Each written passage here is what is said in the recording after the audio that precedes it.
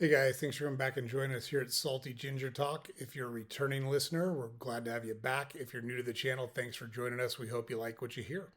So, our podcast is for people that want to learn something new or make themselves a little bit better every day. Those are the kind of folks that we're reaching out to, and we're glad to have you here with us, trying to improve your life.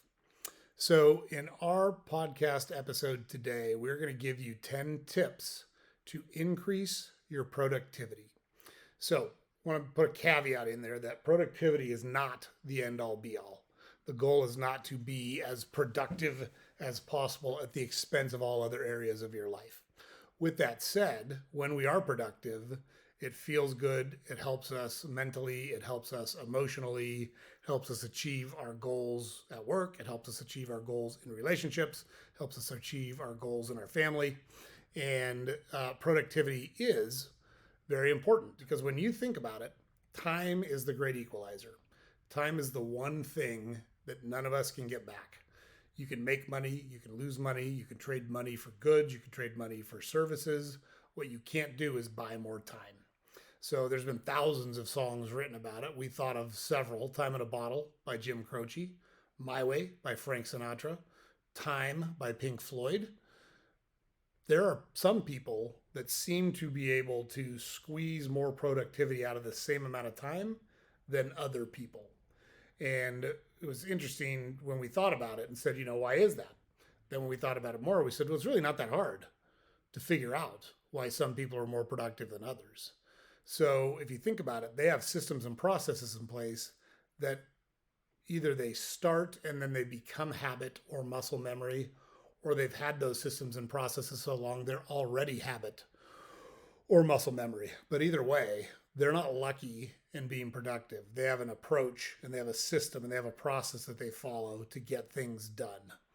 And you can do that same thing. You can develop systems and processes that will help you become more productive, get more done in the same amount of time.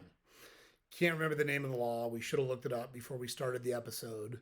But there is a law that says work will expand to the time that's allotted. And what that means is if you give someone a 5-hour job and give them 10 hours to do it, they'll find a way to make it take 10 hours.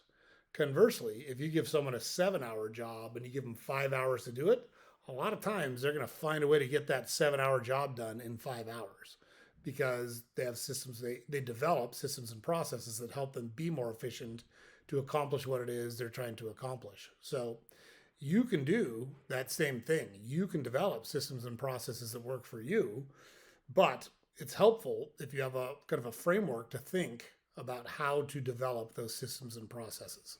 And so these 10 tips we're going to give you are tips that you can use to develop your own systems and processes to make yourself more productive. So with that said, let's take a look at these 10 tips.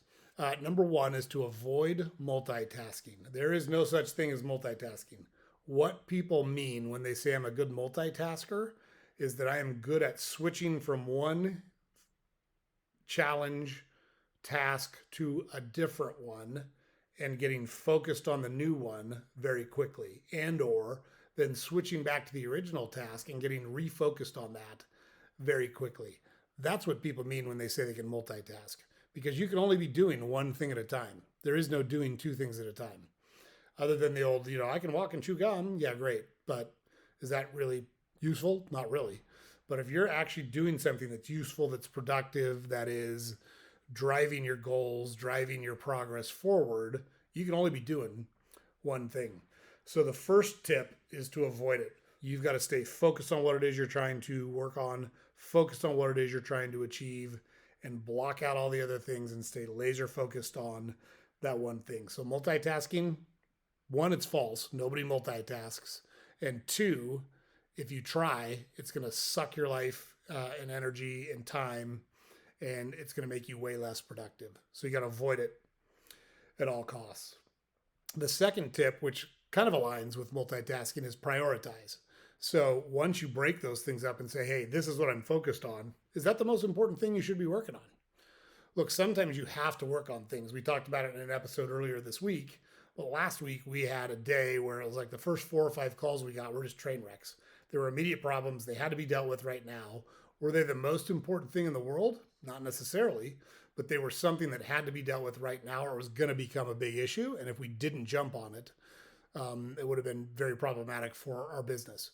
And so sometimes you don't have a choice on what you prioritize. Sometimes you have to do the thing that demands to be done right now, even though it might not be the most important thing on the list, but it's important enough that you've got to get it up to the top of the list and get it done. Otherwise, you create risk if you don't do that. But other than that, you generally can prioritize where you spend your time, your effort, your resources, your mental bandwidth, and you get to choose what you focus on.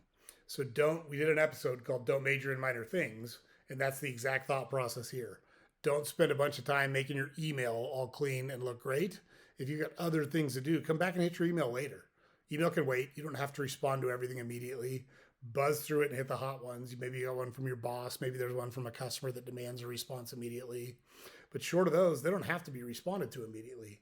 So don't spend your time, don't prioritize that task when it's not the most, call it highest and best use of your time. So prioritizing what it is you work on, terribly important. Number 3, set goals. So this was yesterday's episode. Yesterday's episode talked about how to set and achieve goals. So if you give yourself a goal, it'll help you work towards accomplishing that goal and it'll make you more productive. We do that actually with very mundane tasks. So if we've got to, let's say we got to put together projections, and projections are tedious because you got to go store by store, you got to go week by week, you got to go day by day sometimes.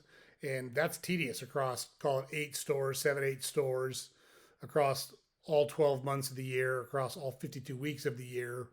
You've got to do sales, you've got to do margins, you've got to do customer accounts, all of those things.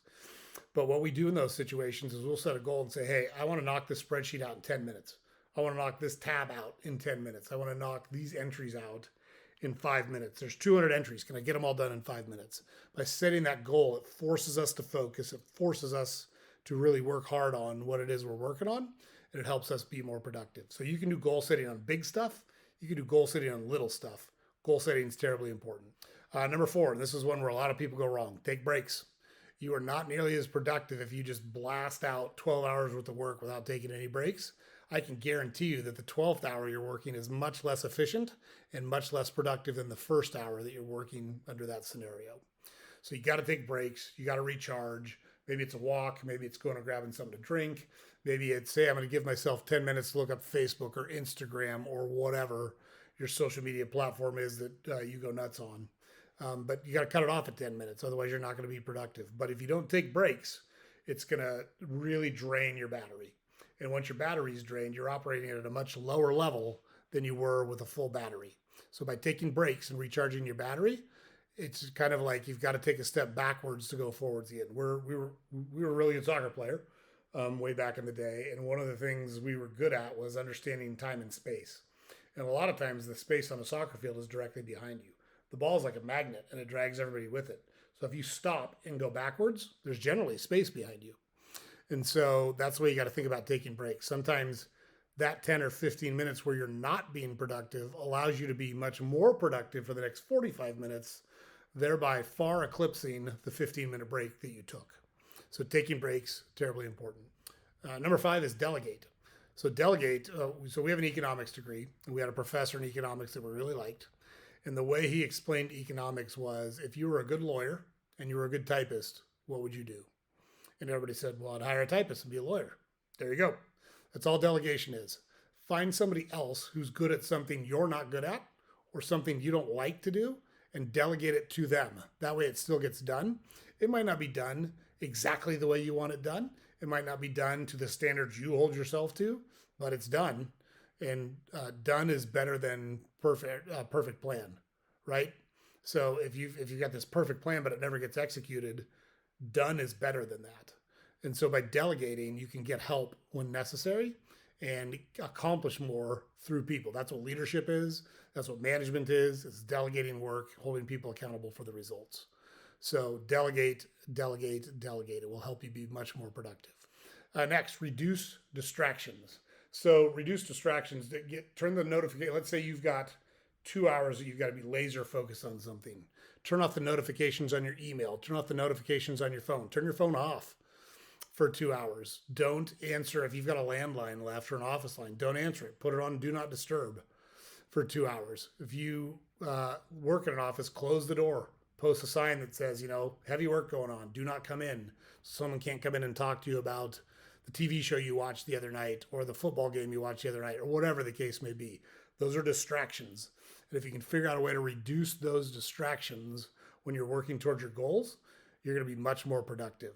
So find a way to get that done.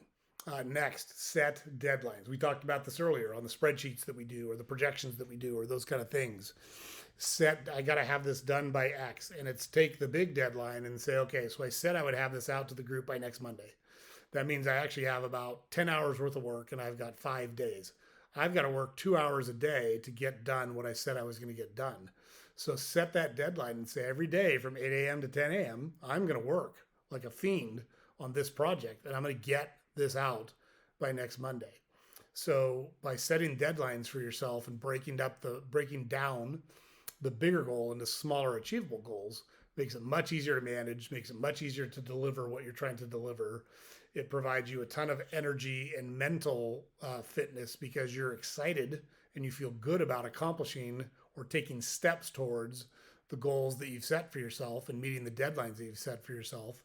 And it's got a ton of kind of intrinsic value to you personally. So deadlines, terribly important. Set them for yourself and hold yourself accountable for hitting those deadlines.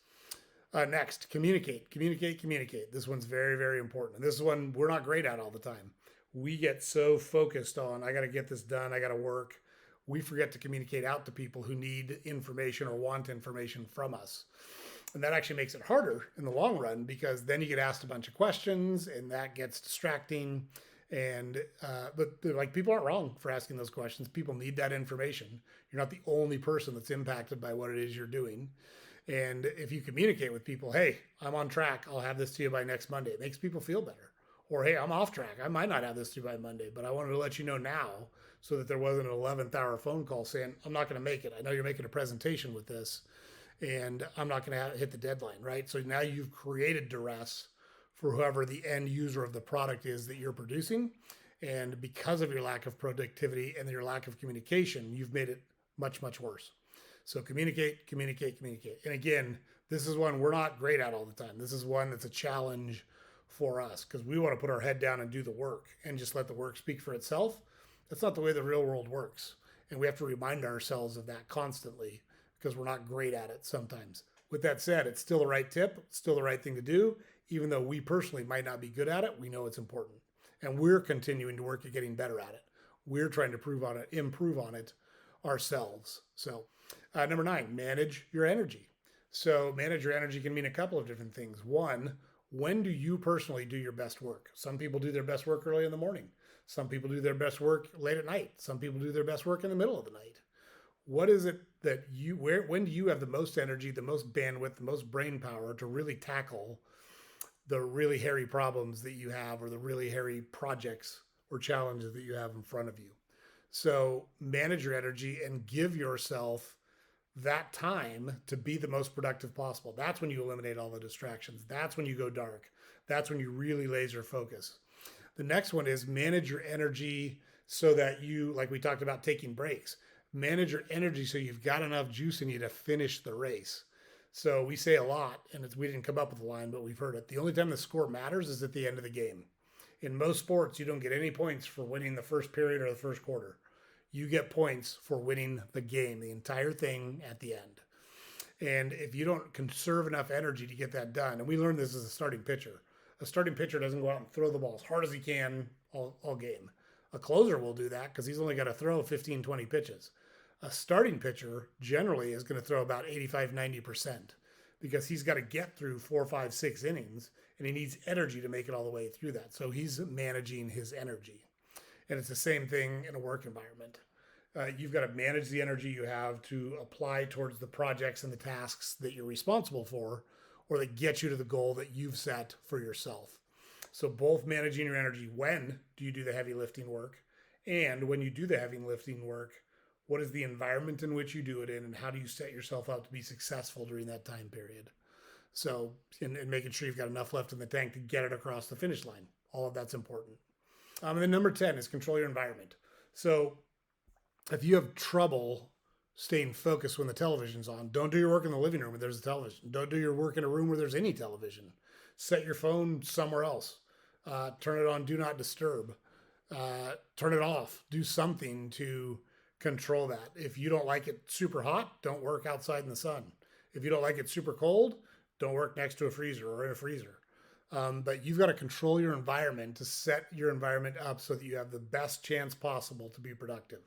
Reduce or eliminate distractions. Uh, think about the temperature. Think about the time of day. Think about your position. Are you standing? Are you sitting? Which one's important to you? When are you more productive? If you're sitting, are you leaning forward or are you leaning backwards? Does your chair cause you discomfort to the point that you have to stop working or change positions so that you can keep going? By controlling your environment and all those things. Do you like to have something to drink? Is it next to you? Do you like to have pens and pencils to take notes? Are they next to you? So, do you have a notepad to take notes on? Those are all things you can do to control your environment that's going to help you be more productive in almost every circumstance. So, those are our 10 tips today, guys. Hope you find those helpful. We use a lot of these, and like we talked about, we're not great at all this, the communicate part. Like, we suck at that sometimes. We're terrible at it sometimes.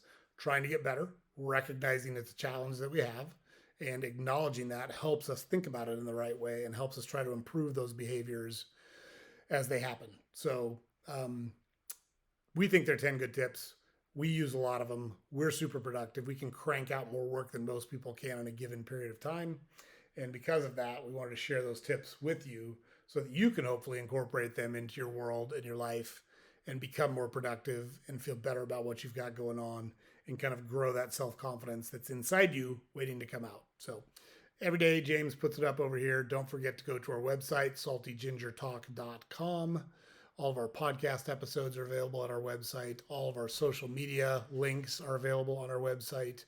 And all of our, we have a newsletter that we publish every weekday, and you can subscribe to that on our website. Also, don't forget to like, comment, and subscribe on our podcast, whatever platform you consume it on. Appreciate you coming and checking us out, guys. Hope you found this helpful. We love putting these episodes together and sharing them with you guys. Hope you feel the same way. Everybody have a great week. We will see you next time.